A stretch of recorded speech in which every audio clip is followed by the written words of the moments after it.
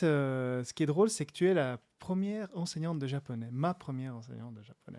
Je me suis dit: «OK, mais en fait, il y a peut-être d'autres choses que j'ai envie d'explorer» et à ce moment-là, j'ai reçu des demandes pour de l'enseignement du japonais, donc c'était vraiment très intimiste au départ et j'ai commencé à donner des cours aussi par Skype à l'époque, donc en cours en distanciel. Sauf qu'au bout d'un moment, bah, j'avais rempli mon planning à la semaine et je recevais encore des demandes de gens qui voulaient apprendre avec moi et c'était un peu C'est fou, frustrant de ok. ne pas pouvoir, répondre à ça. Bah, surtout, je me disais: «Mais si j'arrive à trouver des gens dans mon petit bled, 250 habitants, Com- il y en a encore qui veulent apprendre». C'est à partir de là où je me suis dit: «Bah, comment je peux faire pour transmettre encore plus de gens?» et donc forcément, bah, est venue l'idée de lancer une chaîne YouTube, un blog, donc coursdejaponais.com où j'écrivais en tout cas chaque semaine un nouvel article pour partager ok. et ensuite la formation en ligne.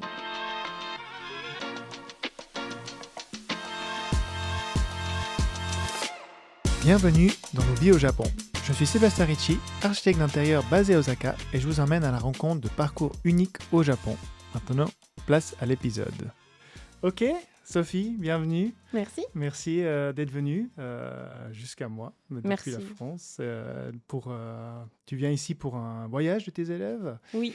Et en fait, ce qui est drôle, c'est que tu es la première enseignante de japonais, ma première enseignante de japonais. Oh!嬉しい.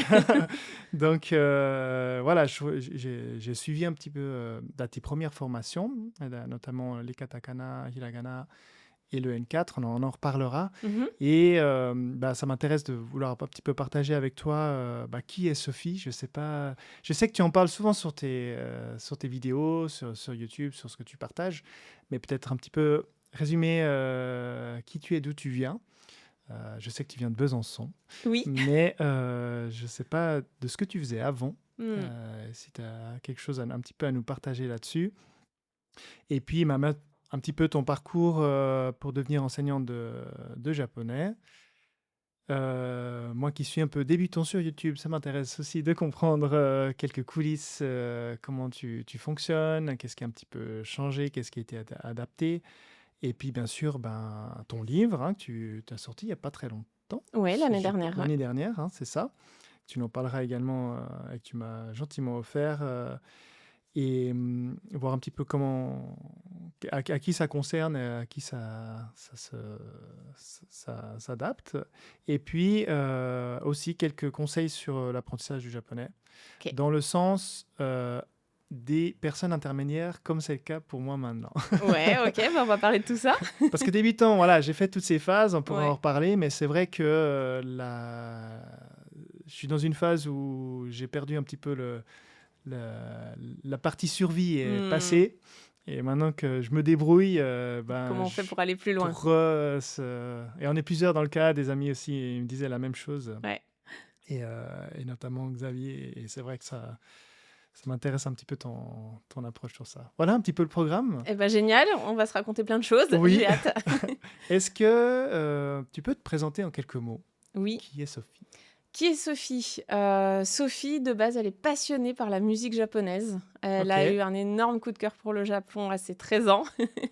En fait, j'ai découvert, le Japon, la culture et sa langue, grâce au Visual Kei. Donc c'est vraiment un courant musical, un peu particulier qui est ok. à mi-chemin entre, pop, rock, métal et j'ai découvert ça, ça a été le coup de cœur de ma vie.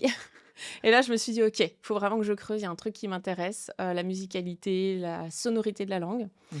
et donc tout est parti de là. Ça m'a donné envie d'apprendre le japonais, puis de découvrir le Japon, puis de travailler avec des Japonais et une fois que j'ai coché toutes ces cases, parce que du coup, je suis allée jusqu'au bout de mon rêve qui était, donc de travailler avec des musiciens japonais Ok, et ben, arrivée là, je me suis dit: «OK, mais en fait, il y a peut-être d'autres choses que j'ai envie d'explorer» et à ce moment-là, j'ai reçu des demandes pour de l'enseignement du japonais, donc c'était vraiment très intimiste au départ.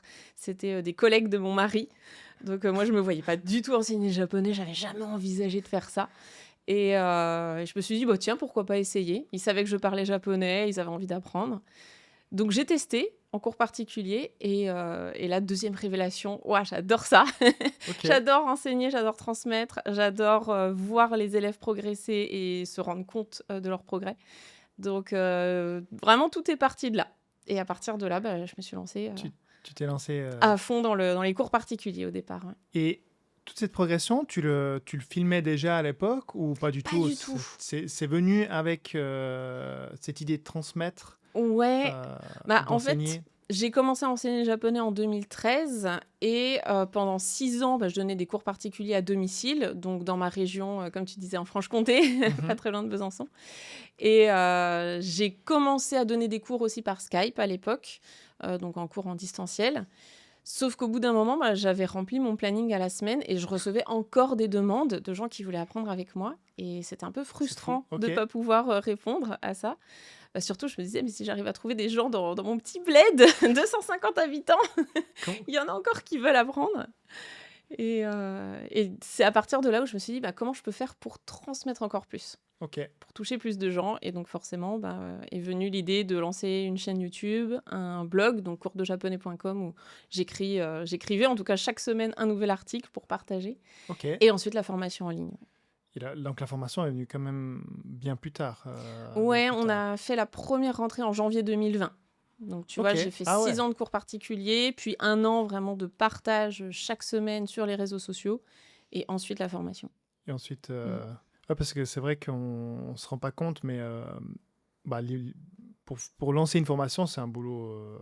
Ouais. Enfin, de ce niveau-là et de cette qualité-là, vu que je l'ai fait, donc je peux le dire, c'est vrai qu'il y a un boulot qui est énorme et ils ne se rendent des fois pas forcément compte Mm. du travail qu'il y a. Bah, on a travaillé 1 an et demi dessus à peu près pour 1 an de formation.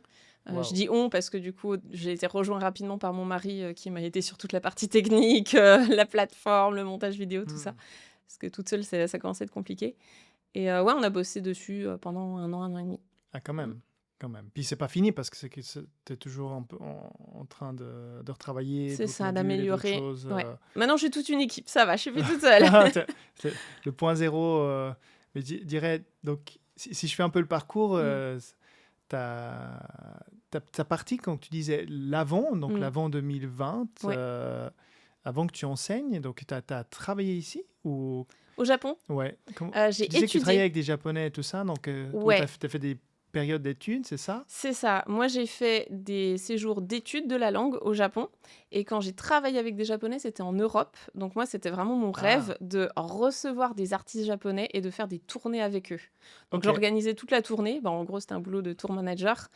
Tu vas démarcher les groupes, puis bah, tu bookes toutes les dates en Europe, les salles de concert, tout ça. Tu échanges avec le Ok. groupe, tu achètes leur billet d'avion. Et après, bah, tu vas les récupérer à l'aéroport et tu les embarques dans toute l'Europe pour faire des Trop tournées. bien. Et t'en as fait combien des Eh tournées ben, comme j'en ça? ai fait pendant 2 ans, donc j'ai pas le nombre exact en tête, mais je sais pas, une dizaine, une douzaine de groupes, quoi. Ok. Et Ouais. du coup, 2 ans, t'étais lessivé. Déjà, c'est Ah bah très c'est chaud, fatigant. hein? J'imagine. Tu dors peu, tu roules beaucoup. Donc ouais, c'était fatigant et puis surtout, vu que c'est vraiment très, très niche, c'était ma passion, mais clairement financièrement, enfin, Ah, tu pas à te dégager un vrai salaire de ça. Donc au bout d'un moment, bah, faut payer ses factures et c'est comme ça que je me suis dit: «Bah, je vais commencer à enseigner le japonais en parallèle de ça». Ouais. parce que quand ils faisaient une tournée, c'était quoi? 5-6 dates, 3 dates? Ça Ça se tournait dépend sur vraiment deux des trois semaines? artistes. C'était ouais, la majorité, Type c'était 2-3 festival ou semaines. des choses comme ça? Ou même pas On forcément? en avait quelques-uns, ouais, genre Japan Expo, tu vois, Hmm. Japan Touch à Lyon, ouais, on en avait. On a d'autres artistes qui faisaient 2 semaines de tournée et je crois que la plus longue, c'était 3 semaines et demie. Ok. Ouais. Ok, avec quelques dates incroyables. Ça, je savais pas Mmh. que tu... Bah, je savais que tu étais passionné de... Je me souviens que tu étais passionné de musique, mais par Mmh. contre, d'avoir accompagné des tournées Ouais, c'était cool. de, de japonais en France. Et rappelle-moi le moment où tu faisais tes études ici au Japon. Ouais. Tu avais fait quel cursus? Type ECC Gakko ou... Alors ouais, moi de base, j'ai fait, une fac de japonais donc à l'INALCO à Paris. Sauf que, le cursus vraiment trop scolaire, littéraire, ça Hmm. m'a pas plu. Ça répondait pas à mes besoins de pratiquer un vrai japonais, de la vie de tous les jours. Et c'est là où j'ai bifurqué. Je me suis dit: «OK, je veux pas être traductrice, ça m'intéresse pas». Donc après, je suis partie en école de langue au Japon. Une première fois à Tokyo et Fukuoka. Donc là, c'était à Tokyo, c'était la ISI à Takada-no-Baba Mhm. et à Fukuoka, c'était la Genki Jacks. Ok. Donc j'ai fait ces 2 expériences-là. C'était cool parce que c'était 2 écoles vraiment différentes. Les approches n'étaient pas les mêmes. Et ensuite, je suis revenue avec mon mari quelques années plus tard pour faire une école là, hyper intensive. C'était la KIC là, à Kyoto, qui est... voilà, Ultra. là t'as pas de temps libre, quoi. Et ça va, ça a été. Enfin moi j'ai fait que 6 mois à la ECC Gakko, qui est Ouais. une grande institution, école, où il y a plein de typologies de Mm. formation, pas que de langue, hein. Et c'est vrai qu'on a discuté sur un épisode avec Guillaume qui a fait la même chose. Et nous, on a souffert comme jamais, quoi, parce que Ouais, c'est c'est intense. c'est intense et c'est fait pour les Asiatiques. Mm. Donc, en fait, tu décroches tout de suite parce que déjà, les 2 premiers mois, même si tu as appris à écrire, Mm. eux, ils font ça depuis l'âge de 3 ans. Donc, Ouais. Pour les kanji, tout ça, les voilà, idéogrammes, ouais. toi, tu galères comme jamais. Et, euh, et c'est vrai que tu sens que c'est ciblé pour les Asiatiques Mm. qui vont faire une école, une université Ouais, ou qui pour veulent... trouver un travail ensuite. Voilà, Ouais. exactement. Mm. Et pas pour les Européens. Tu as eu toi, le même Alors parcours. vraiment, mon premier séjour, donc Tokyo Fukuoka, c'était catastrophique, surtout au niveau des kanji. J'imagine. À la fin, on en apprenait 10 par jour et bah, tu avais des interros tout le temps, tu devais les Ouais. ressortir de tête. Et en fait, j'ai décroché, quoi, niveau kanji. Et je me suis dit que j'étais nulle, que j'avais pas de mémoire, que voilà, j'étais la pire de ma classe, tous les autres, ils y arrivaient et pas moi. Donc ça a été une vraie souffrance. C'est pour ça qu'à la fin, je me concentrais que sur l'oral, vocabulaire et grammaire. Donc j'ai vraiment bien progressé en oral, surtout à ce moment-là. Mais du coup, la frustration des kanji et cette sensation d'être nulle, vraiment. Et après, je suis rentrée en France et je me suis dit, écoute, il y a d'autres occidentaux qui y arrivent. Comment ils font? C'est peut-être des génies, je sais pas. Mais je pense qu'il y en a qui sont pas plus intelligents que moi et pourtant ils ont réussi.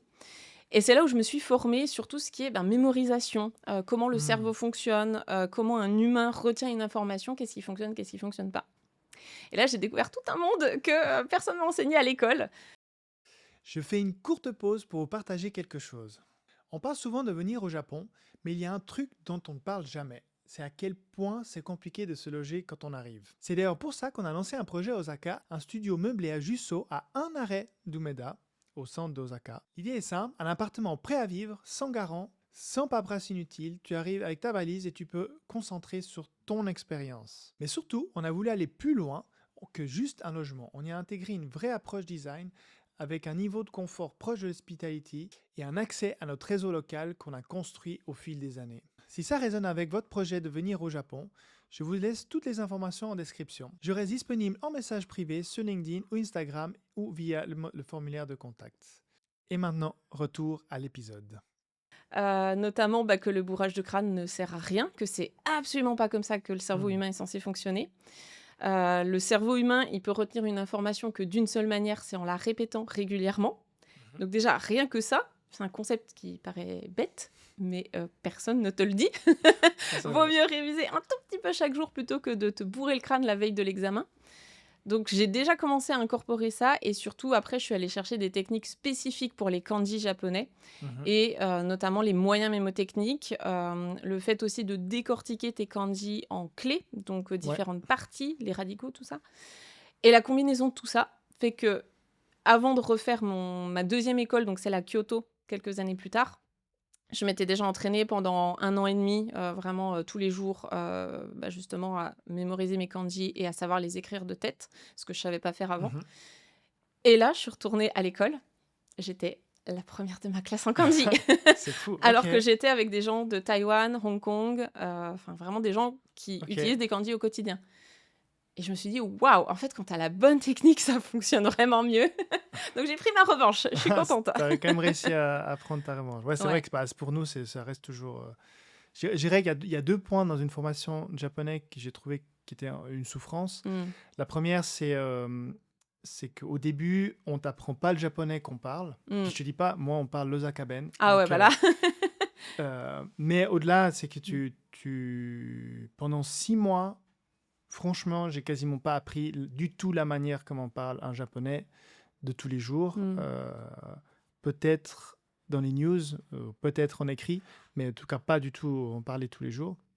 Et puis deuxième point, comme tu as dit, c'est bien sûr les kanji, où nous, c'est une souffrance. C'est chaud. Hein. C'est chaud.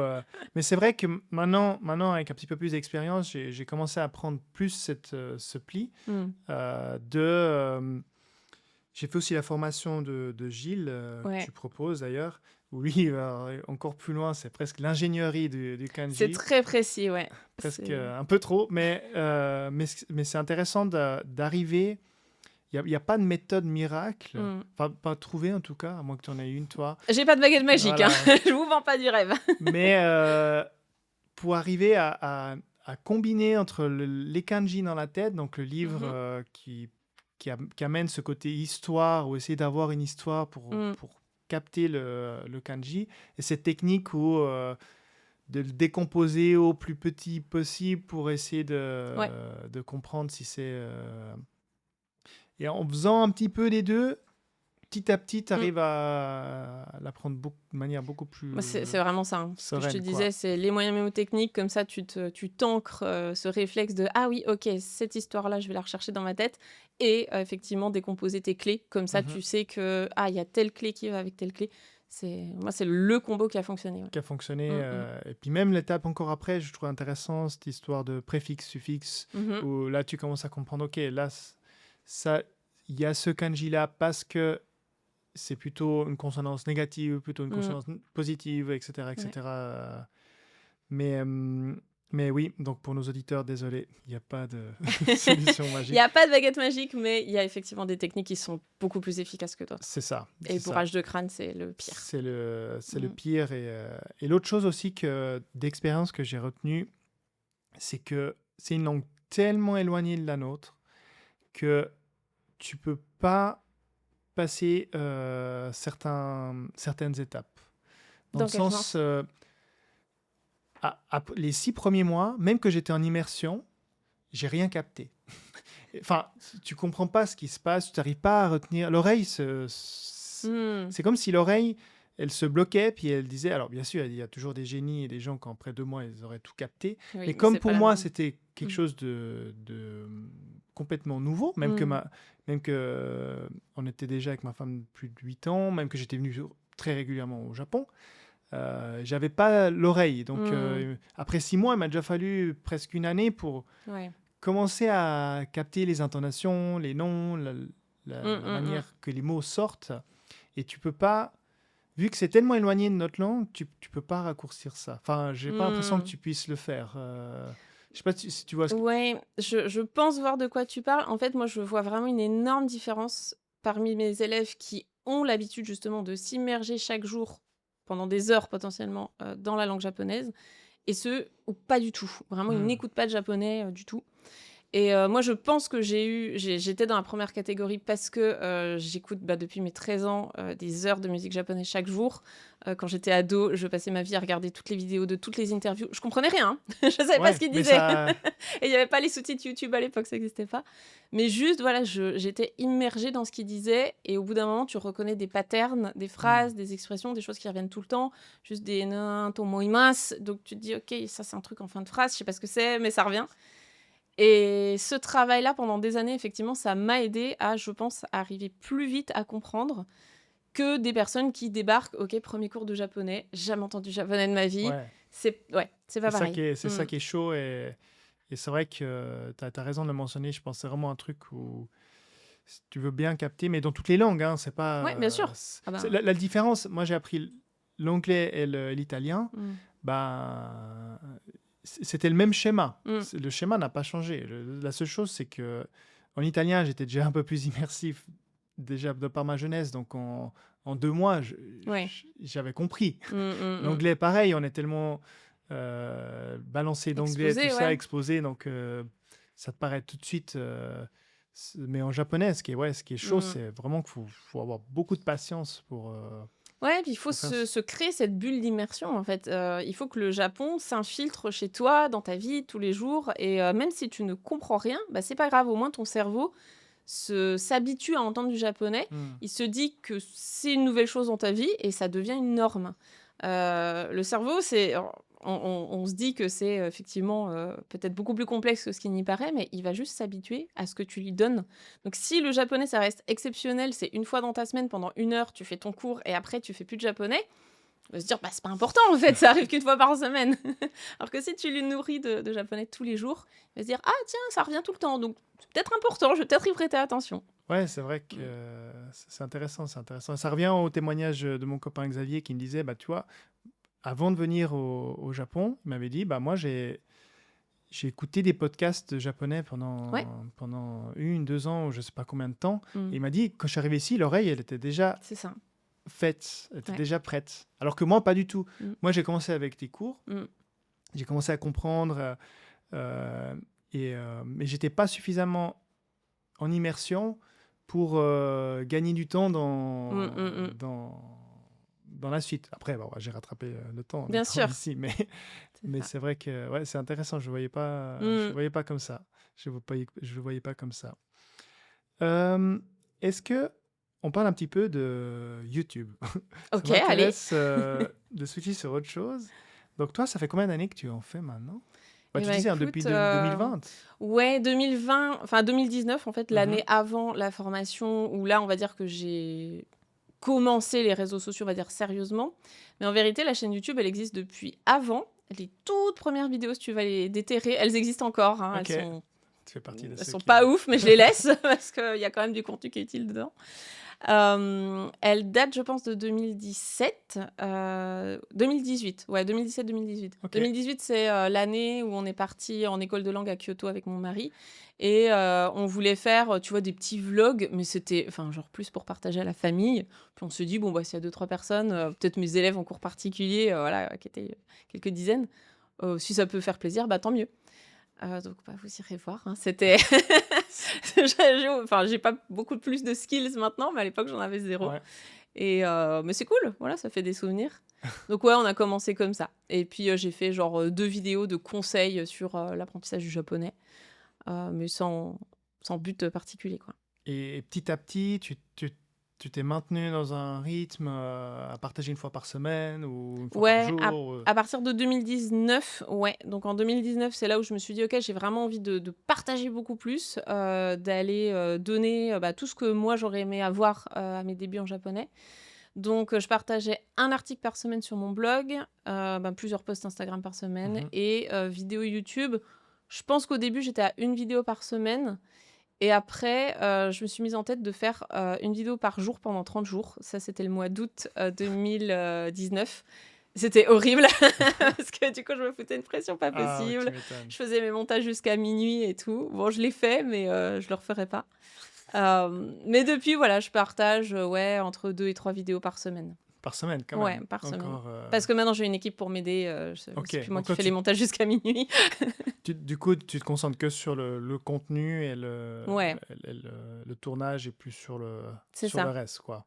C'est ça. Après, j'ai passé le bébé, à quelqu'un d'autre. Donc, montage, post, et ça t'a pris quand même. Parce que ce qui est chaud quand tu es créateur de contenu ou si tu as envie de partager, comme c'est le cas pour Mmh. toi et moi, c'est le point de bascule. Parce que au début, bah, comme tu as dit, tu es là à faire ton montage jusqu'à minuit. Ouais. Et ça peut durer longtemps. Oui. C'est là que des fois, on a un peu de peine à comprendre Mmh. les dessous ou les revers. C'est que Ouais. ça, tu as fait pendant combien de temps avant de pouvoir dire, ah, Ben, maintenant. écoute, en 2020, mon mari m'a rejoint dans l'aventure, donc il a quitté son emploi pour venir travailler avec moi. Ça, c'était, fin 2020. Donc pendant toute l'année 2020, alors grâce au covid, il y a eu plein de choses néfastes, mais pour nous, c'est vrai que ça a été une période, plutôt propice justement, parce que lui, il avait moins de travail en présentiel, il était que à la maison. Donc il m'a aidé vraiment, à fond, pendant cette période pour les montages, pour tout ça. Et ensuite je crois que c'est en 2021 qu'on a commencé à embaucher. Donc c'est là où on a pu effectivement se soulager de d'autres choses. Tu as senti le point de bascule en 2020 où tu vois que tu commençais à avoir vraiment et pouvoir financer ton... Alors clairement, ma chaîne YouTube, me rapporte, peanuts, hein, Ouais, c'est ça. je vis absolument pas de ma chaîne YouTube. Ça paye, pas grand-chose, quoi. Ça paye pas du tout un monteur. Ouais. Vu que moi, c'est dans l'éducation, enfin, c'est pas ce qui fait des millions de vues et j'en Mhm. aurai jamais et c'est pas du tout ce que je cherche.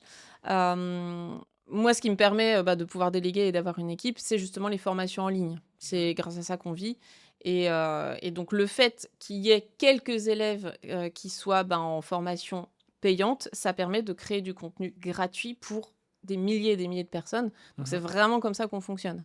C'est voilà, les élèves qui ont besoin d'un accompagnement personnalisé permettent qu'on partage du contenu gratuit qui potentiellement va faire se dire aussi aux gens ah tiens, c'est pas mal, j'aime bien son approche et vouloir prendre des cours avec nous derrière. Ouais. Donc les deux. Donc il y a le canal formation et Oui. le canal one-to-one.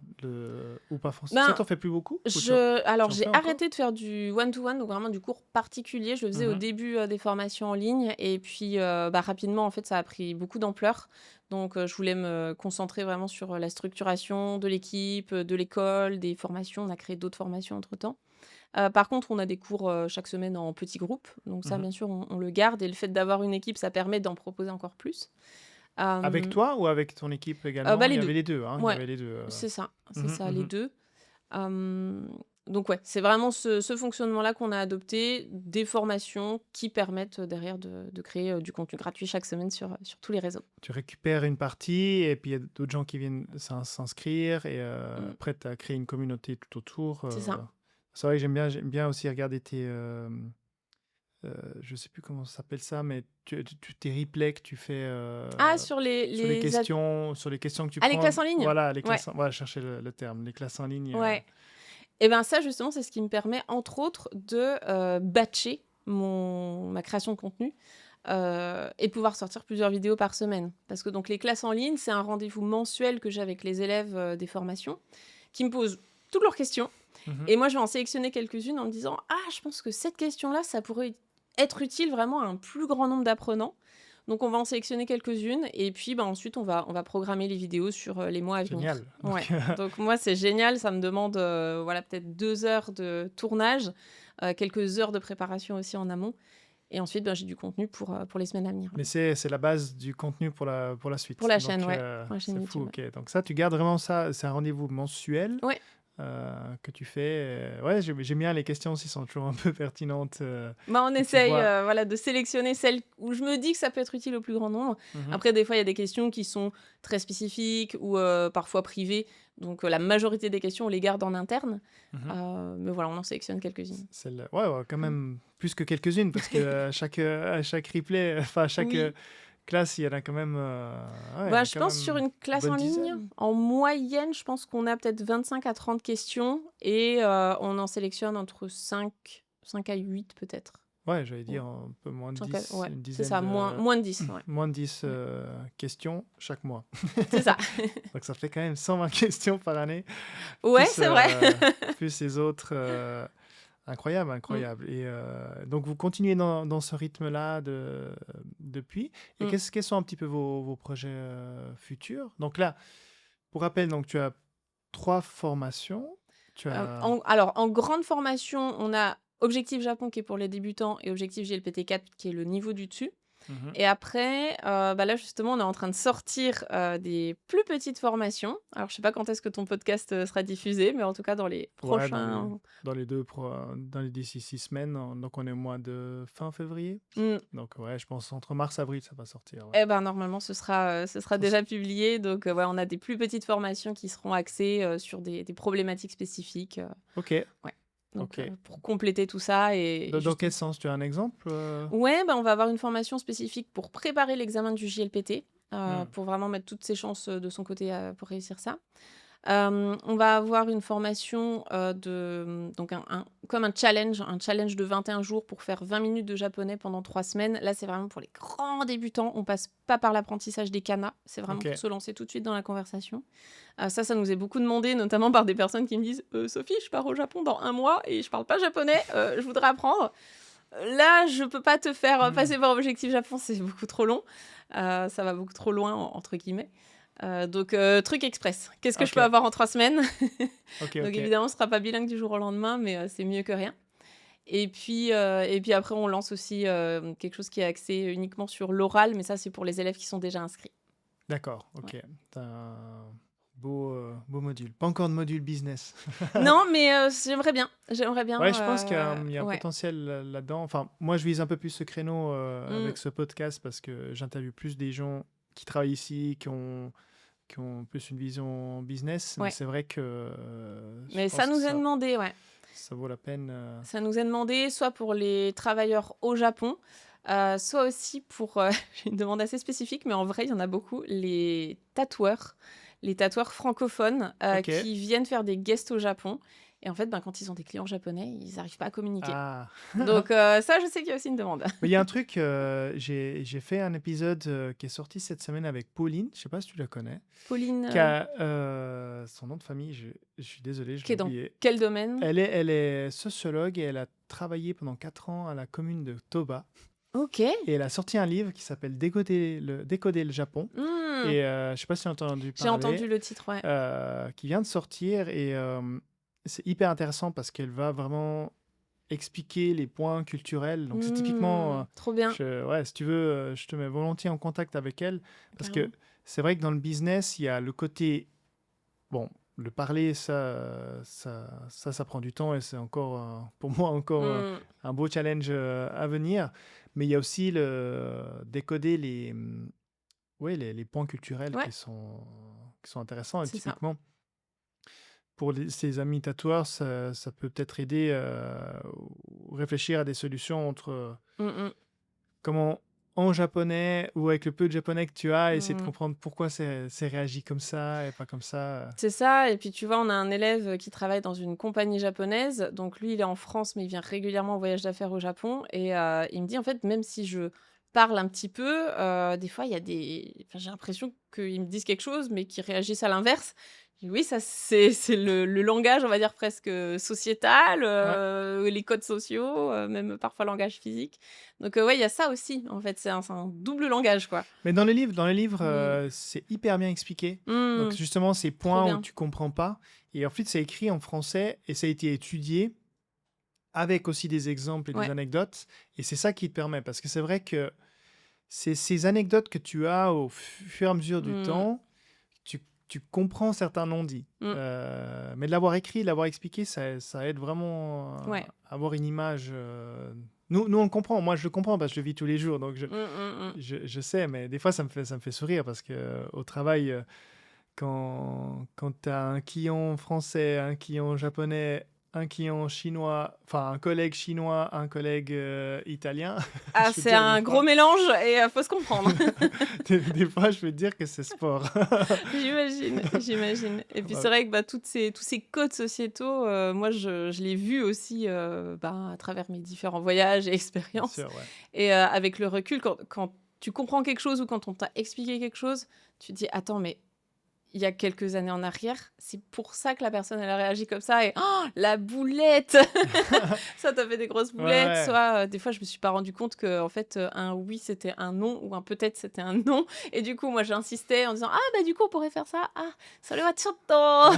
et le Kyoto tu dis: «Bah c'est un peu donc Donc c'est du coup c'est bon. un peu bon» et non c'est pas bon. Ah, Donc c'est pour ça j'essaie aussi d'expliquer ça aux élèves, dans les formations, hein, quand on voit des cours de vocabulaire, d'expression, tout ça, je leur dis: «Bah voilà, Kyoto c'est un peu, mais ça peut aussi vouloir dire non» et donc on essaie d'intégrer essayer de comprendre des notions culturelles, ouais. ouais, le langage C'est ça. corporel. Mmh. Mais c'est chaud, hein, et ça prend des années, voire une vie. Hein, c'est pas, Ouais et faut pas puis il faut s'attendre. l'expérimenter aussi par soi-même. Hmm. C'est bien de savoir, d'avoir, des personnes qui t'expliquent: «Ah ça, attention, ça peut vouloir dire ça», mais au bout d'un moment, tu te lances dans le grand bain et tu fais tes expériences et et puis c'est OK, hein, de faire Puis des boulettes. surtout, il y a des points culturels, mais ce qu'on mentionne aussi peu, c'est que oui, il y a des points culturels du Japon, Mmh.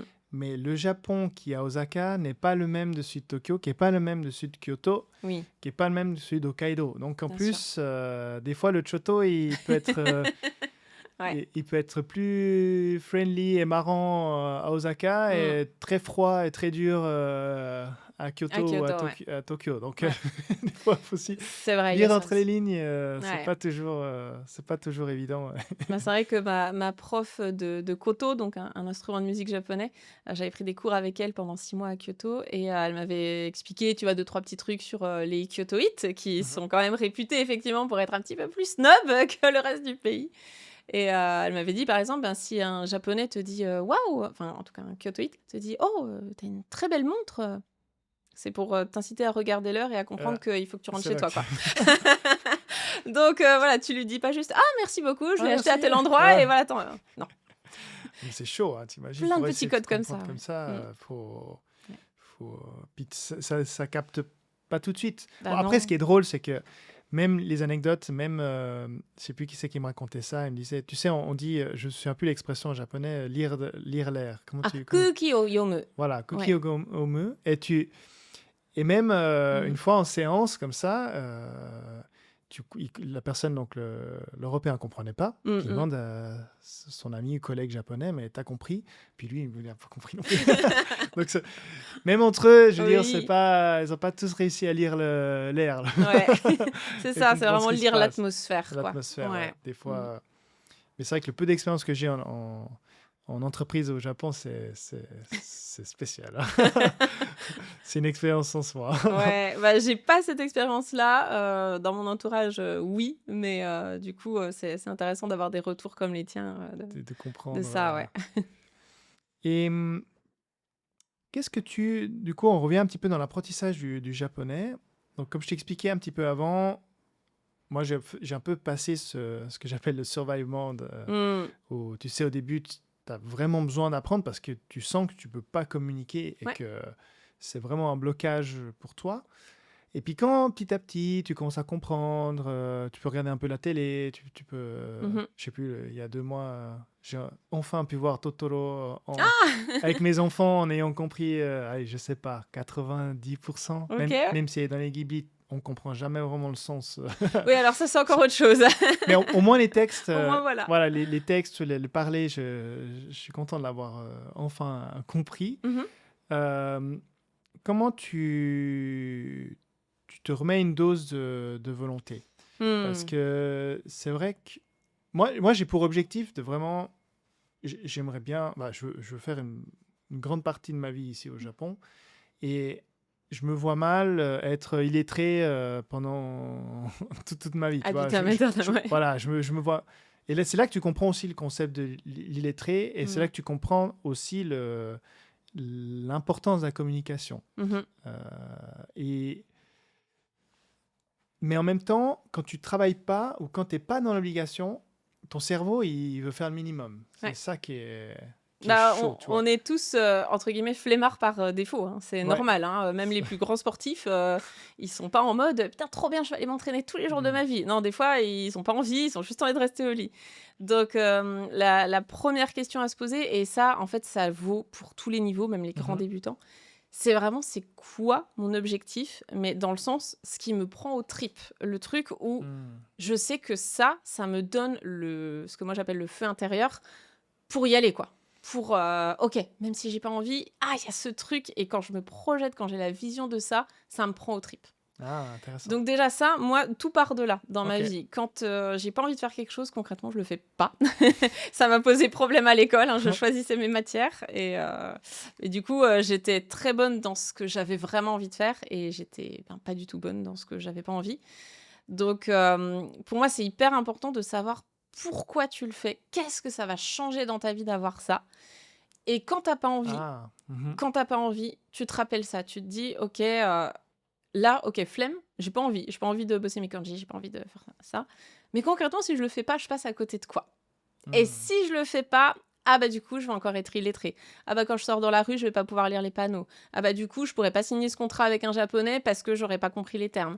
Et du coup, ça t'emmène une frustration, voire de l'énervement, parce que tu te dis, j'ai pas envie d'être cette personne-là, j'ai envie d'être l'autre. Et déjà, ça, c'est la base. Donc, c'est la base pour commencer, c'est la base aussi pour retrouver un peu ce feu sacré, hein, que t'as perdu en cours de route, et c'est normal, on est tous passés par là. Ça, c'est la base. Et une fois que tu as ton pourquoi, donc, qui est vraiment très fort, pas juste un pourquoi de je veux parler japonais, parce que ça veut tout et rien dire.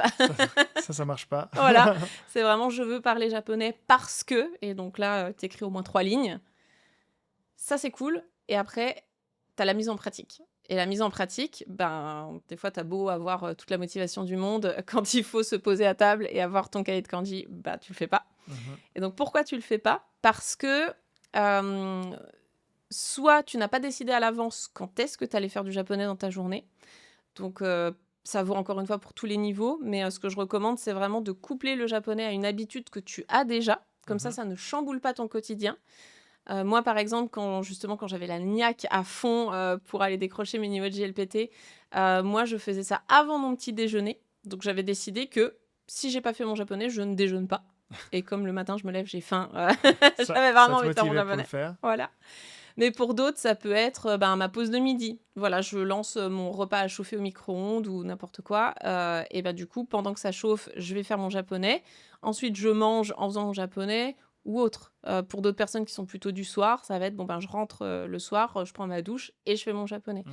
Mais vraiment coupler le japonais à une habitude qui revient tous les jours. Et si ton emploi du temps, il est irrégulier, vraiment, tu prends un truc qui revient tous les jours, genre te brosser les dents, prendre une douche ou quoi. Donc avant ou après. Déjà ça, au moins, ça évite que ton cerveau se dise « Ah, il faut que je fasse un effort pour choisir, tu vois, pour prendre une Hmm. décision. » Et tous les jours, on prend des milliers de décisions, donc on se crame Ça, vite là-dessus. tu m'étonnes. Donc déjà, voilà, tu as décidé de quand est-ce que tu le fais. Et après, tu as décidé de ce que tu allais faire. En gros, il faut que tu fasses tout ton planning, entre guillemets, à l'avance Mhm. pour que, quand le moment arrive de faire du japonais, tu n'aies plus aucune décision à prendre. Tu sais Ah, que, ok, là, tu vas suivre, j'ai n'importe quoi, le chapitre 30 du livre. Ou bien, j'ai une playlist de vidéos de grammaire ou de kanji, du coup, je vais regarder la vidéo suivante. Donc, tu sais exactement ce que tu fais. Et une fois que tu as ça, du coup, ton bureau, il faut qu'il soit prêt à accueillir ton japonais. Donc, en gros, tu as déjà ton livre, ton crayon, ton cahier, tout est prêt. et Donc, tu lances. tu n'as plus qu'à t'installer. Normalement, tu n'as plus tous ces efforts à faire et tu as juste à ouvrir. Hmm. Et si ça, c'est encore trop difficile, parce qu'il y a des jours où vraiment flemme, tu te dis, ok, j'en fais 5 minutes et après, j'ai le choix d'arrêter. Ton cerveau, normalement, va se dire, 5 minutes, c'est pas beaucoup. Hmm. Si 5 minutes, c'est trop, tu dis, j'en fais 1 minute, ou je révise juste un kanji, ou je lis juste une phrase. Vraiment l'effort le plus minime que tu puisses faire. Et après, tu as le choix d'arrêter. Et en fait, le plus dur, c'est de se lancer. Ça... Donc, ce premier effort, tu auras lu ta première phrase, tu auras fait ton premier kanji, et après, tu vas te dire, vas-y, maintenant que j'y suis, j'en fais 15-20 minutes de plus, ou 1 heure, ou quoi. Mais voilà, il faut faciliter tout ça au maximum. Ça, ils en parlent beaucoup. C'est avec Atomic Habits. Ah oui, Ouais, oui, c'est un livre qui m'a beaucoup aidé aussi, ouais, ouais. qui explique beaucoup ce concept-là. Mais Mm, c'est vrai que j'avais pas retenu le feu sacré. Parce que mm, c'est vrai que les Atomic Habits et tout ça, je l'avais bien intégré. ouais. Où je sais effectivement que les 30 premières secondes, ça Mm, aide. Et un temps, je faisais beaucoup de shadowing. ouais, Donc, répéter des phrases en japonais ouais. en promenant le chien. Ah bah Voilà, génial.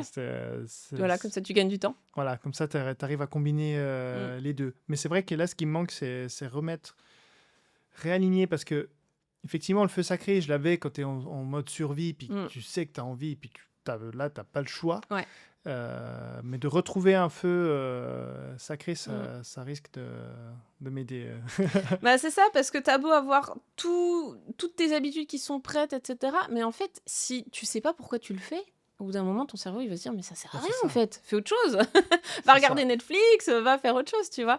Alors que si tu sais profondément pourquoi tu le fais, tu vas te dire, en fait, j'ai pas envie de passer à côté de ça dans ma vie, quoi. Moi, ce Hmm. que je veux, c'est être cette personne, parce que je sais que c'est important pour telle et telle raison. Et le combo des deux, t'es obligé d'avoir les deux, en fait. T'es Hmm. obligé d'avoir et le feu sacré et les habitudes pour que ça fonctionne sur le long terme. Sinon, ça va fonctionner quelques semaines et au bout d'un moment, tu vas arrêter. Et puis après, là, voilà, tu arrives à vraiment faire quelque chose sur du long terme. Et là, en C'est ça. général, ta progression augmente. Et...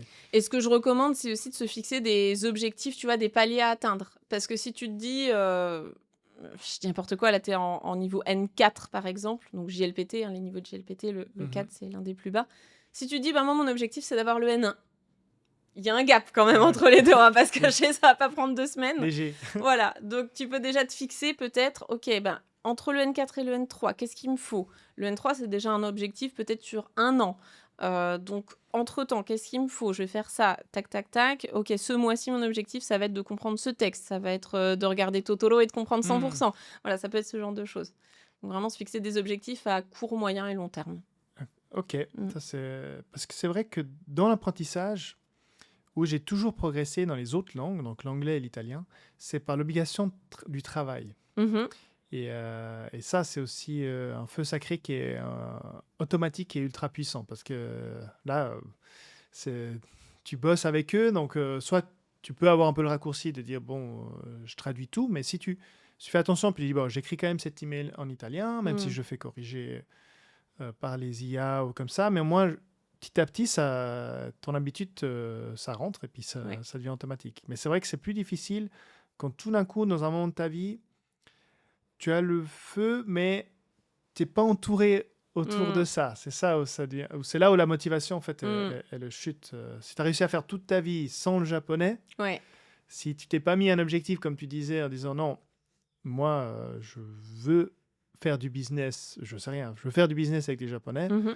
bah, si tu te mets pas ça comme objectif, Ouais. tu mettras, tu vois, je suis pas sûr que le fait de regarder Totoro sans sous-titres soit le feu Ça dépend, sacré. c'est ça, Ça ça dépend dépend des mondes, totalement mais des gens. Ça dépend totalement des gens, mais c'est vrai que si tu es sur cet objectif de je veux faire du business avec des Japonais, je pense qu'il faut que tu ailles encore plus loin parce qu'en fait, c'est très vague. C'est OK, ah, je veux faire du business, d'accord. Du coup, j'ai besoin de savoir faire quoi concrètement. Est-ce que j'ai besoin de savoir lire un contrat en détail en japonais? Ou est-ce que ça, c'est pas nécessaire? Est-ce que j'ai besoin de savoir parler à l'oral? Auquel mhm, cas, quel champ lexical? Quel type de conversation je vais avoir? Est-ce que je dois aller démarcher moi-même des clients japonais? Ou bien est-ce que c'est des gens, des collègues? Et tu vois, je t'inviterais à creuser déjà pour avoir un premier angle de hmm, travail en se disant, OK, moi, c'est ce type-là. Là, par exemple, pendant 2 mois, je vais me concentrer sur ça. Je vais avoir des conversations avec des collègues japonais dans mon quotidien sans bugger. Donc ça peut être un premier champ de travail. ouais, déjà rien que de comprendre. Déjà comprendre. déjà, Mais c'est déjà avant ça. même, ok, ok. Et justement, si tu te dis, bah, OK, mon objectif, c'est de comprendre des collègues japonais, peut-être que tu pourrais, je sais pas, enregistrer 1 heure de conversation avec eux pour que tu puisses te le repasser derrière en disant, attends, là, il utilise telle structure grammaticale, je la comprends pas, elle revient 3 fois dans la conversation. Et peut-être commencer des petites choses comme ça. Comme ça, Hmm. d'un jour à l'autre, tu te vois avancer dans ton cas concret. Ouais, puis comme disait un peu Atomic Habits, je sais plus si c'était dans ce livre, mais effectivement de dégrossir. Donc si l'objectif final, c'est, comme tu dis, de parler japonais, Ouais, mais d'aller au plus petit exactement, ouais. objectif possible, Mm. qui peut être lire un livre ou lire... mais toujours en gardant ça, Mm. le grand objectif C'est en ça. tête. Objectif court, moyen, long terme. C'est vraiment comme ça que je le vois, ouais. Et toi, quel était ton feu, du coup qu'est-ce qui t'a... Alors, le tout Bah, premier. enfin, les différents moments où justement, bah, donc tu as aussi vécu comme tout le monde Mm. ces vagues de haut et Bien de sûr. bas. Et qu'est-ce qui t'a... Donc tu expliqué, la musique au début, Mm. c'était ton premier... C'est ça. En fait, mon feu sacré, il a évolué avec le temps. Et je pense que c'est normal pour un être humain. Donc, moi, mon tout premier feu sacré, c'est drôle, mais c'était vraiment un feu sacré de groupie. C'est-à-dire que moi, ce que je voulais, c'était pouvoir arriver à la fin d'un concert avec mes groupes préférés et parler avec eux. Genre leur dire, votre concert était trop bien, moi je viens de France, je suis super fan, je vous écoute tous les jours, mais tu vois, des trucs comme ça. Et c'est moi ce qui me parlait. Ok. Donc vraiment, je me suis démenée pour ça. Je voulais aussi commencer à comprendre des paroles de chansons, des interviews, en apprendre plus en fait sur mes artistes favoris, tout simplement. Euh, Ensuite, bah, une fois que j'ai atteint un petit peu ce palier-là, en tout cas que j'en étais satisfaite, mon deuxième palier, ça a été de travailler avec des artistes japonais, donc ce dont on a parlé. Du coup, dans le cadre d'une tournée européenne, ok, qu'est-ce qu'il faut savoir expliquer? Il faut savoir expliquer le nom des instruments, du matos, tout ce qui est vocabulaire de la scène, de la régie. Tu vois, c'est des trucs techniques. Ouais, ouais, ouais. Donc, faut aller travailler ça. Et puis après, quand tu es en direct avec eux, t'entends qu'ils parlent d'autres manières. Quand eux, ils sont au fond du van et tu les entends parler entre eux et que toi, tu conduis le van, tu te dis, attends, il y a des mots là, je les connais pas. Donc, du coup, j'ai envie d'aller comprendre ça. Donc là, tu apprends de l'argot, tu apprends plein de trucs.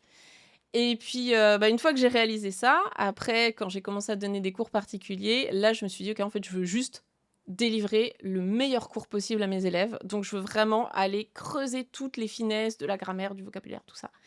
Donc, après, c'était être la meilleure sensei possible, quoi. Ouais, et puis C'est ça. tu as trouvé le feu en toi, dans le sens que d'avoir ensuite toutes ces demandes de formation, Mhm. d'enseignement, Mm. ça t'a encore plus boosté Ouais. à comprendre. Parce que c'est vrai que dans l'enseignement, l'image que moi j'en fais, c'est que tu es toujours obligé d'avoir un grand gap entre l'enseignante Mm. et l'étudiant. T'es toujours obligé d'avoir Ce- plusieurs coups d'avance, hein. C'est comme aux ça. échecs. C'est ça. Et du coup, moi, ce que je voulais, c'était pouvoir anticiper toutes les questions possibles et me dire, OK, si l'élève il est au niveau débutant, je sais que si je lui explique ça de telle manière, ça va l'emmener vers ça et ensuite vers ça et ensuite vers ça. Il y a aussi le dosage. Moi, je suis pour ne pas donner trop d'explications complexes dès le départ, parce qu'il y a déjà tellement de choses à réapprendre et à comprendre, voilà. Donc, il y a ça aussi, c'est saupoudrer son enseignement en se disant, OK, si je l'explique là, il faut que ce soit cohérent avec la suite, dans la formation, par exemple. Il faut que je lui en donne juste assez pour qu'il comprenne et qu'il commence à adopter cette nouvelle habitude. Mais derrière, il faut que ça ait du sens. Donc, c'est vraiment une partie d'échec. C'est se dire, OK, il faut que j'ai 5 coups d'avance sur les élèves. Ouais, et ça c'est du coup c'est un beau challenge. Et ça augmente au fur et à mesure que les niveaux augmentent. Bien sûr, ouais. Bon, là, tu restes sur des niveaux... Pour le moment, ouais, N5 et N4. On a beaucoup de demandes sur du N3, donc c'est un projet... Tout à l'heure, tu me demandais mes projets. Donc là, on va dire c'est un projet moyen terme. Ça, ce qu'on m'a dit, c'est que le N3, c'est un gros... Enfin, si on peut donner des paliers, si je les ai bien compris, le N4, N5, c'est des paliers relativement rapides. Et après, il y a tout d'un coup, de nouveau, un gros morceau qui est le N3. En fait, on peut considérer que que c'est exponentiel. Chaque palier est à peu près le double du précédent, entre guillemets. En termes de nombre de kanji, de points de grammaire et de vocabulaire, tu peux dire que le 4, c'est le double du 5, le 3, c'est le double du 4, le 2, c'est le double du 3, etc. C'est schéma, c'est un petit schéma, mais ça donne une idée, effectivement. C'est pas pour faire peur, c'est juste pour dédramatiser aussi ce truc de oui, maman, ça fait 5 ans que j'apprends le japonais, est-ce que c'est normal? Oui, c'est OK. C'est bien, ça dédramatise un petit peu, parce que ça veut dire que tu peux atteindre les 2 premiers niveaux rapidement et qu'il faudra peut-être 10 ans pour atteindre les autres niveaux, quoi. En fait, suivant l'implication que tu en fais. Déjà, voilà, évidemment, si tu fais une demi-heure tous les 3 jours ou si tu fais 5 heures par jour, tu vas pas progresser. Totale, voilà. c'est pas la même chose. Tu progresses pas au même rythme. Et ce qu'il faut comprendre aussi, c'est que ces paliers, en fait, sont du plus commun jusqu'au plus spécifique. Donc vraiment, le N5, N4, tu utilises 100% ça au quotidien. N3, c'était un prof de japonais, un prof japonais de japonais qui m'avait dit ça. Le N3, tu vas utiliser à peu près 80% du N3 au quotidien. Le N2, tu vas utiliser à peu près 50% au quotidien. Et le N1, il m'avait dit tu utilises à peu près 5% du N1 au quotidien. Donc il y a ça aussi. C'est est-ce que tu as envie de te taper le N1 que tu vas quasiment jamais utiliser? Peut-être que tu en as besoin dans ton quotidien, je sais pas. Mais peut-être que tu n'en as pas besoin aussi. Donc, Et pourquoi? Parce que le N1, il y a trop de mots spécifiques, il y a trop de choses En fait, c'est ça, c'est très spécifique. Plus tu avances, c'est vraiment une pyramide. Au début, tu apprends à dire table, chaise, caméra, voilà, des choses que tu utilises au quotidien. Et à la fin, tu vas apprendre, je sais pas, la force de rotation gravitationnelle, tu vois, des trucs comme ça. Est-ce que ça, tu n'utilises pas au tous les... Si on fait l'image en français, c'est que tu aurais le débutant qui apprendrait les bases de français. Et puis en N1, c'est du vieux français ultra spécifique, comme les avocats, ils adorent utiliser, en fait, avec des temps subjonctifs passés au participe, de je sais pas quoi. En fait, le N1, c'est vraiment des choses que tu vas voir dans des formulaires administratifs, du vocabulaire poussé, du vocabulaire de journaliste un peu. Ok. Donc on est vraiment... Donc, qui est quand même un peu plus rare. Pourtant, il y a quand même des entreprises qui le demandent, le N1. Oui, c'est ça qui est bizarre. Bien sûr. Mais souvent, pour embaucher un étranger, ça va être le N2 qui est demandé. Le N2 qui est considéré comme bilingue, donc c'est vraiment du japonais de la vie de tous les jours. Le N3, ça peut, mais c'est plus des entreprises assez internationales où tu vas faire une partie de ton job en anglais. N3, au moins, tu as déjà un bon niveau, tu peux converser avec tes collègues sans problème, on va se comprendre. Et après, N4, là, c'est beaucoup plus limité, quoi. C'est plutôt combiné, tout ça. Ouais, Ok. Voilà. C'était un bon apprentissage. Je ne voyais pas comme ça, même si pour y vivre, tu n'as pas forcément besoin d'avoir le N. Bon, moi, je ne le passerai pas. Mais... le N2, enfin, moi, c'était mon objectif. Ça a toujours été, OK, si N2 égale bilingue, entre guillemets, c'est mon objectif. Et du coup, quand j'ai eu le N2, je me suis dit, trop bien! Du coup, je vais faire le N1. Et après, j'ai commencé à ouvrir tous mes bouquins de grammaire, de kanji, machin. Et je me suis dit, mais... ça, je vais jamais m'en servir dans ma vie tous les jours. Donc là, ça m'a vraiment démotivée. J'ai pas eu envie de pousser jusqu'à passer le N1. Parce qu'en fait, j'en ai pas besoin dans ma vie de tous les jours. Et si je suis pas motivée, je le fais pas. Ouais, c'est ça. C'est que du coup, si tu n'as plus la flamme C'est ça. en toi, tu dis, oh, c'est bon. C'est ça. Je préfère passer mon temps sur autre chose, donc typiquement perfectionner mes connaissances pour expliquer à mes élèves tout ça. Euh, le N1, pour moi, c'est une perte de temps, mais pour d'autres, c'est essentiel. Ouais, ça dépend, comme tu dis, tes objectifs, ce que tu vises, etc. Mais c'était intéressant cette histoire de courbe exponentielle. Je ne voyais pas ça comme ça. Je ne voyais pas ça comme ça. Et surtout qu'on rappelle aussi souvent que même la plupart des Japonais n'ont pas un niveau d'N1. Non. Et je ne sais même pas si peut-être après la junior high school ou la high school, peut-être après la... En termes de kanji, ils sont censés arriver à l'équivalent du bac et avoir connaissance justement des plus de 2000 kanji nécessaires pour lire un journal. Après, en termes de subtilité, de grammaire, vocabulaire, pas forcément, non. Non. Pas forcément ça. Et ça rentre... c'est comme nous, en fait, si tu l'utilises pas... Personne... Les Japonais oublient aussi leur kanji, hein, c'est normal, hein, si tu pratiques pas, tu l'oublies. Hein. C'est vrai, c'est vrai. Et puis, peut-être pour conclure, on parle un petit peu de ton dernier livre, si tu es d'accord. Mon premier, donc c'est aussi le dernier, ouais. Mais c'est bien, c'est les deux en même temps. Je ne savais pas, en plus c'est ton premier. Ouais. Explique-nous un petit peu comment tu l'as... Ça m'intéresse de comprendre comment tu l'as fait, comment tu l'as monté, quelle est l'idée de base, et à qui ça s'adresse. Explique-nous un petit peu tout ça. Le livre, c'est Objectif Japon, donc c'est le même nom que la formation en ligne pour débutants. C'est l'adaptation papier de la formation. Bien sûr, 1 an de formation en ligne condensé en 3... C'est 300 pages, hein, c'est un beau bébé. C'est quand même un beau bébé. Mais voilà, en 300 pages, on a forcément dû faire des choix. Donc, c'est la version, on va dire, l'essence même d'Objectif Japon, ce que moi, j'ai voulu transmettre, c'est-à-dire... Tu pars d'un niveau 0, tu n'as aucune connaissance en japonais et je t'accompagne pas à pas, donc là chapitre par chapitre, jusqu'à ce que tu sois autonome pour un voyage au Japon. Donc moi, ce que j'estime être autonome en tant que touriste, c'est vraiment les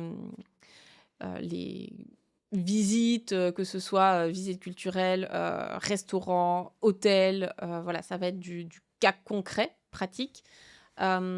Mais que tu sois autonome dans le sens où tu vas savoir faire tes phrases toi-même. Moi, je veux pas juste apprendre des phrases par cœur et les réciter, ça n'a pas de sens pour moi. Donc ça, c'est le but du livre. Pour comparer avec la formation en ligne, donc toi qui l'as suivi, ça va jusqu'au module 3. Donc formation Objectif Japon, il y a un module 4 qui va plus loin en fait. Ça va être les formes familières, tout ça. Donc c'est pas des choses qu'on traite dans le livre parce que je voulais vraiment se concentrer sur le voyage plutôt. Ça s'adresse à la fois à des gens qui n'ont du coup pas de connaissances en japonais et qui rêvent peut-être de partir au Japon d'ici...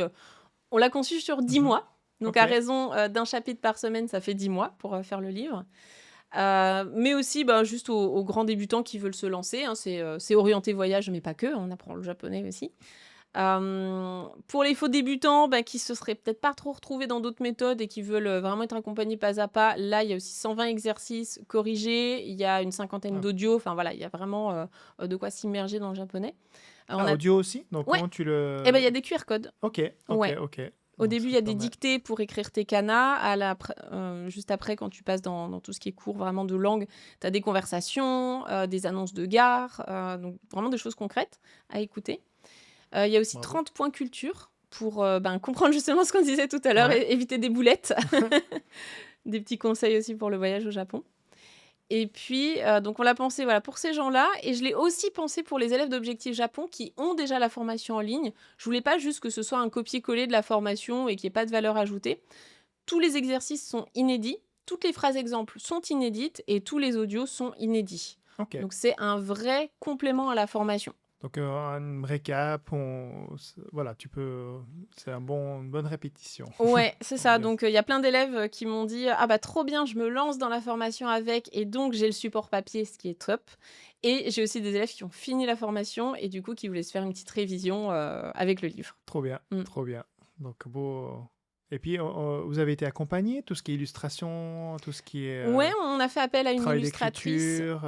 Alors, sur l'écriture, ça vient de moi. C'est moi qui l'ai écrit. Il y a ma collègue Betty, donc, qui enseigne aussi japonais avec moi dans les cours en ligne, qui m'a aidé à rédiger des exercices et des bunka points, donc des points culture. Et en termes d'illustration, on a fait appel à une illustratrice. Ouais.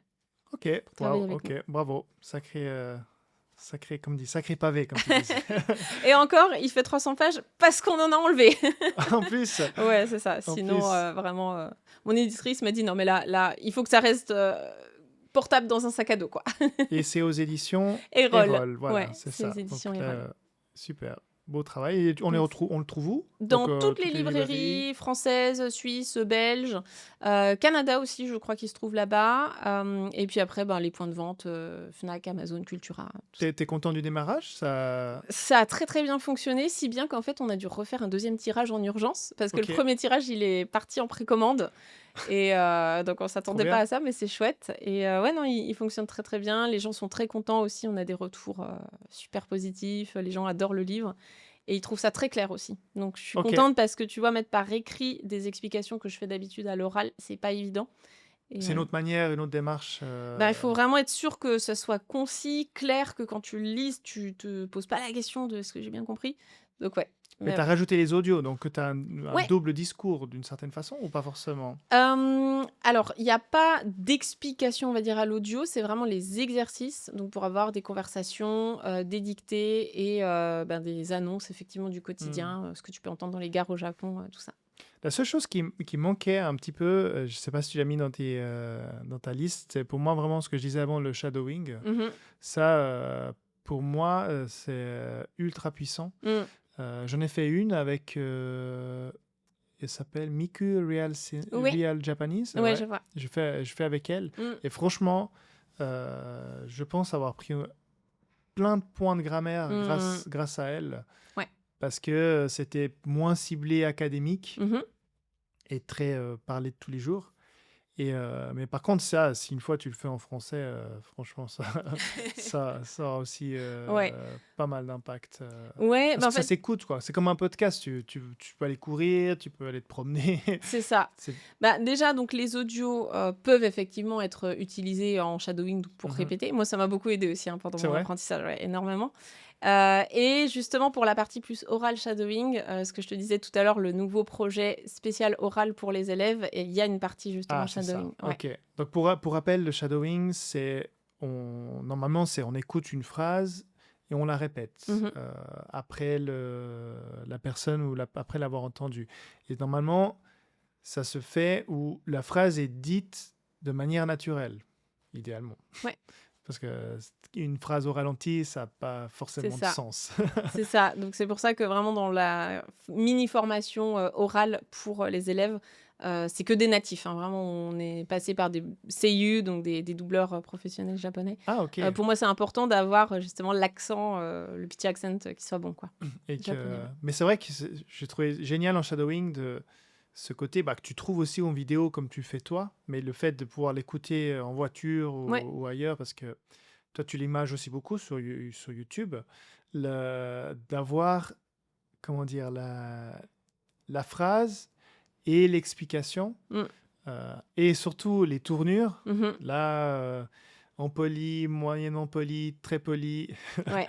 et se concentrer sur le pas vraiment poli, enfin plutôt standard et un tout petit peu. Parce que c'est ça qui est inversé que je Mmh. trouvais moi dans les formations, c'est qu'on se concentre beaucoup sur le neutre et le poli et on laisse un peu. Ah ouais, mais de toute façon, tu apprendras un peu à côté. Et je trouve bizarre parce que moi, mes enfants, ils ont enfin maintenant, aujourd'hui 4 ans, mon fils, Mmh. qui a son anniversaire aujourd'hui, et ma fille qui a 6 ans, ils apprennent pas le poli. Mmh. Je veux dire, à l'école, ils apprennent. Oui, à partir de 6 ans, maintenant, elles commencent à apprendre des concepts de poli. Mmh. Mais j'ai l'impression que dans l'enseignement, on fait à l'inverse. C'est comment on apprend des gens bien cadrés, bien polis. Et après, on leur apprend comment on parle Ben, tous les jours. Tu vois? c'est pas forcément le cas partout. Après, moi, c'est ma démarche de commencer, par la forme polie parce que je sais que mes élèves vont parler avec des inconnus Mhm, et je veux qu'ils aient, des réflexes qui soient polis justement, aller parler à un restaurateur, à un bien sûr, ouais. artisan, voilà, dans un magasin. Et justement, les quelques élèves qui commencent par de la forme familière, par d'autres méthodes, le problème, c'est que souvent, ils ont des réflexes familiers et moi, des fois, je les entends parler, genre, à des vieilles dames japonaises ou quoi, en forme neutre et je Je suis là, non, Ah on peut ouais. pas faire ça en fait. La petite mamie, c'est pas ta pote. Donc ça dépend totalement effectivement de tes objectifs. Encore une Mhm. fois, si ton objectif c'est juste de pouvoir parler à tes enfants en japonais, il n'y a pas de raison que tu apprennes la forme polie. Par contre, si tu veux utiliser un japonais pour tout le monde, dans quelle que soit la situation, tu as besoin des deux. Non, Ça, non, c'est sûr. les deux sont Ouais. importants. Ce que je trouvais un peu, je mets pas l'un contre l'autre. Ouais. Ce que je trouvais bizarre, c'est souvent la voix. Mais je comprends parce que par Mm. exemple, toi, tu as surtout des gens qui vont avoir un premier voyage, un Mm. premier impact. Donc, tu peux plutôt te concentrer sur la manière polie. Et c'est vrai que moi, j'étais plutôt dans la catégorie où moi, je voulais vivre au Japon. Oui. Et du coup, j'aurais préféré apprendre la non polie Mm. pour discuter avec ma belle famille, discuter autour de moi. Puis je vois même, bon, après, je suis à Osaka. Hein. Franchement, les papis qui sont dans le onsen, Oui. dans le papi que j'ai dans le onsen, il me parle pas Bah en. oui, c'est la proximité, en- c'est voilà. Même quand il parle, yes. Tu vois, ils sont même pas. Ils sont. Tu On va vois, faire une formation papy du onsen. ouais, là, ça c'est bien. Il y a aussi des profs intéressants dans les onsen avec les papis. Bah carrément, non mais t'apprends plein de choses. C'est Mais normal. Donc c'est pour ça voilà, que moi je l'intègre dans le module 4, justement à la fin d'Objectif Japon. Ok, bah là du coup t'as fait 10 mois de cours en forme polie, normalement t'as acquis des bons réflexes. Bah, maintenant on va apprendre la forme familière, forme Mhm. neutre, voilà, tout ce qui est raccourci, tout ça. voilà. Mais je l'ai pas intégré dans le livre parce que c'était pas le but de ce livre-là. Ok. Mm. Là, c'était plutôt une première approche pour un premier voyage, pour Ouais, une première c'est ça. touche au Japon. Bah écoute, je me réjouis de l'essayer, de refaire quelques exercices, ça me fera Eh ben, j'espère un que ça petit te peu. plaira. Merci pour tout. On arrive au bout. Tu voulais rajouter quelque chose? T'as des annonces ou des choses? Bon, on en a un petit peu tout exploré, je pense. Ouais, bah après, moi je suis toujours très contente de partager voilà, Je vois, très enthousiaste. voilà, mon parcours, si ça peut aider d'autres personnes qui ont galéré comme moi en japonais. Sachez que tout n'est pas perdu, ça va bien se passer. Et puis bah, avec plaisir pour reparler Japon et japonais. Pour te prendre contact, bah, tu me redonneras tous les liens. Ouais. Donc, les liens pour la formation, pour les réseaux sociaux, ceux qui veulent te prendre contact avec toi et ton équipe. Oui, ben concrètement, toutes les infos, en tout cas sur les formations et tout le contenu gratuit aussi qu'on délivre chaque semaine, ça va être sur coursdejaponais.com avec des tirets, cours-de-japonais.com. Le réseau social sur lequel on est le plus actif, ça va être Instagram. Donc, si vous voulez discuter en MP sur Insta, c'est le plus simple. Et après, bah, la chaîne YouTube, on en a parlé, où là, il y a plein de contenu Et chaque ta semaine. newsletter. Et la newsletter, oui, si tu la lis, effectivement. Oui, et j'adore. Trop bien, merci. Et on salue aussi Isabelle qui Oui. t'aide dans l'écriture de cette newsletter. Exactement, Et, c'est tous les lundis et vendredis. C'est voilà, la newsletter Tegami-chan. Qui Donc, est super sympa. Il y a toujours des points un peu culturels, des points. J'aime bien. Ça me fait toujours un rappel sur tous les jours de congé parce que moi, j'ai capté. Oui, Je suis pas encore à l'aise avec tous les congés japonais, il y en a plein. Il y en a plein et des fois je les comprends pas et c'est marrant. Et à chaque fois je reçois ma petite newsletter. Alors Ah oui, aujourd'hui c'est congé aujourd'hui. c'est la journée de l'empereur. Alors qu'est-ce qu'il fait? Ah ok, maintenant j'ai compris. Ouais. Ok. Et ça tu trouves où la newsletter? Aussi sur ton site. Ouais, on peut s'inscrire directement depuis le site. Ça marche. On invite alors à tout le monde à le faire. Merci bien. Arigatou À gozaimashita. tous. Allez, ciao. Encore 1000 merci d'avoir écouté cet épisode jusqu'au bout. Si vous avez aimé, abonnez-vous pour ne pas rater les prochains. Et comme toujours, n'hésitez pas à le partager autour de vous. Je vous dis à très bientôt. Ciao.